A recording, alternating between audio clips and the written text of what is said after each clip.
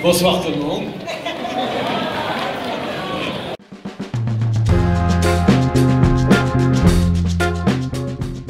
There, heard a lot of stories there. Tell us a little bit about the biggest lesson that you learned. Well, the most exciting thing for me was just going to Ethiopia, and I'm a child of the 80s. Yeah. So many of us remember Ethiopia as Band-Aid, as the terrible challenges that were faced through the 80s. That was much of our introduction to Africa as a young Canadian kid growing up. But to see that country now, to see what's being done, the investments, the opportunities, the growth, it's one of the 10 fastest growing economies in the world, and it reflects the reality of Africa, which is incredibly young, incredibly vibrant, and the lack of structures and the lack of supports in so many communities means everyone's an entrepreneur. And that means there is a drive to succeed that, quite frankly, is a tremendous opportunity. So on this trip to Africa, the focus for us was not what Canadian focus always has been, which is, development aid, humanitarian, building schools, although, of course, we talked about that because Canada continues to do those things. But it was much more about investment, about partnership. I sat down with extraordinary women entrepreneurs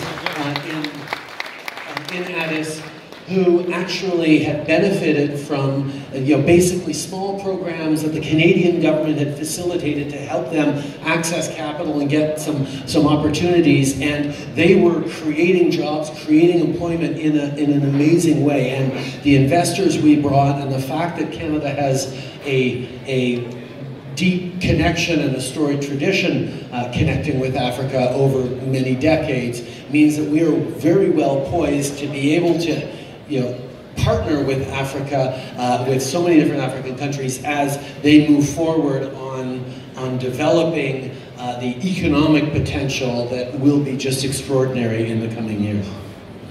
And in Senegal? Land projects in the desert or near the desert.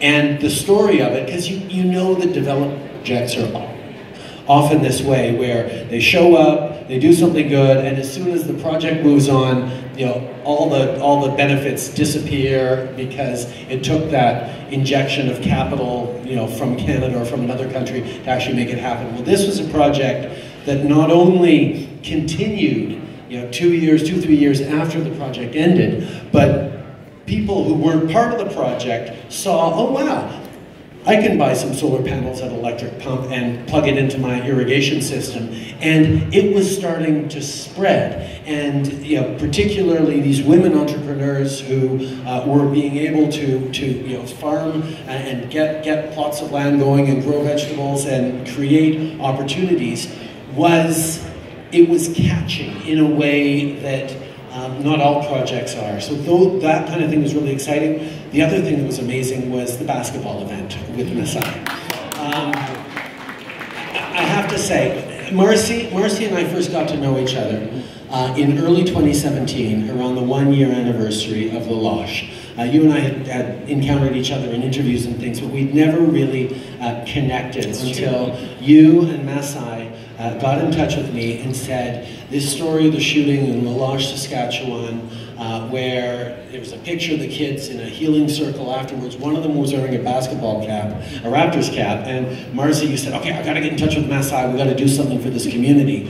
And then you went there and you got things going, and I got involved, and for me, what you did there, your initiative, and it's 4 years later, going strong, I know those kids are doing amazing. That example of leadership, of a story that touched you, and you reached out to kids in a really challenging community, facing gun violence and was going through trauma, and you realized that you could make a difference, and Masai made a huge difference with basketball. That story of communities helping communities is the story of this country, and I am so grateful for that opportunity to get to know you guys.